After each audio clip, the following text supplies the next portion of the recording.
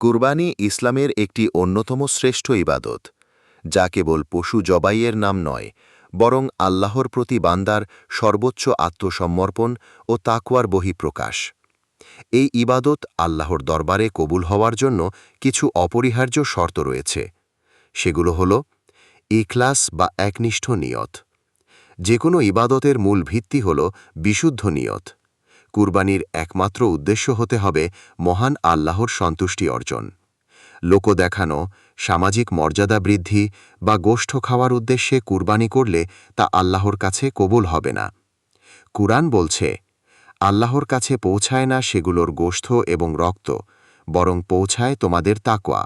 সূরা আল হাজ আয়াত ৩৭। ২. হালাল উপার্জন। কুরবানির পশু অবশ্যই হালাল বা বৈধ অর্থে ক্রয় করতে হবে।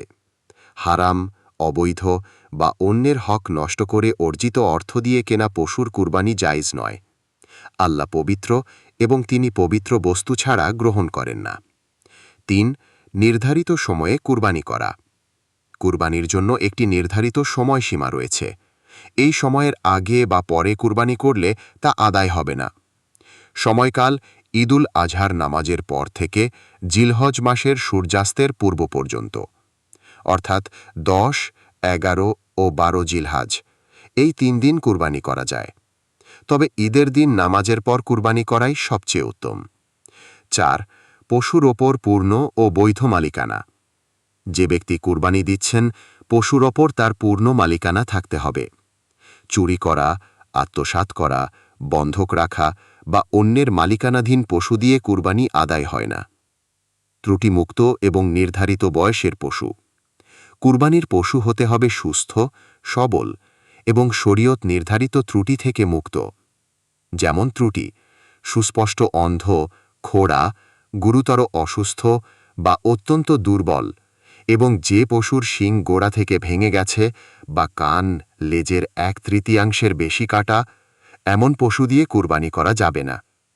বয়স: উট কমপক্ষে ৫ বছরের, গরু মহিষ ২ বছরের এবং ছাগল, ভেড়া বা দুম্বা কমপক্ষে ১ বছরের হতে হবে। তবে ভেড়া বা দুম্বা যদি ৬ মাসেরও হয় কিন্তু দেখতে ১ বছরের মতো লাগে, তবে তা দিয়ে কুরবানি করা জায়েজ। যার ওপর কুরবানি ওয়াজিব, তাকে অবশ্যই নিসাব পরিমাণ সম্পদের মালিক হতে হবে। নিসাবের পরিমাণ ৭.৫ তোলা সোনা বা ৫.৫ তোলা রূপা বা ৫.৫ তোলা রূপা বা ৭.৫ তোলা রূপা বা এর সমমূল্যের সম্পদ, টাকা, ব্যবসায়িক পণ্য ইত্যাদি। গোশত বিতরণের সুন্নাহ পদ্ধতি অনুসরণ। কুরবানির গোশত বিতরণের উত্তম পদ্ধতি হল ৩ ভাগ করা। ১ ভাগ নিজের ও পরিবারের জন্য, ১ ভাগ আত্মীয় স্বজন ও প্রতিবেশীদের জন্য, ১ ভাগ গরিব ও মিসকিনদের জন্য। এটি উত্তম ও মুস্তাহাব পদ্ধতি। যদিও কেউ পুরোটা নিজের জন্য রাখলে বা পুরোটা বিলিয়ে দিলেও কুরবানি আদায় হয়ে যাবে। সার কথা: কুরবানির মূল প্রাণ হল তাকওয়া বা আল্লাহর ভয়। বাহ্যিক আনুষ্ঠানিকতার চেয়ে অন্তরের বিশুদ্ধতা ও আল্লাহর প্রতি আনুগত্যই সবচেয়ে গুরুত্বপূর্ণ। এই শর্তগুলো মেনে চললে আমাদের কুরবানি আল্লাহর দরবারে কবুল হবে এবং আমরা এর পরিপূর্ণ সওয়াব লাভ করতে পারব, ইনশাআল্লাহ।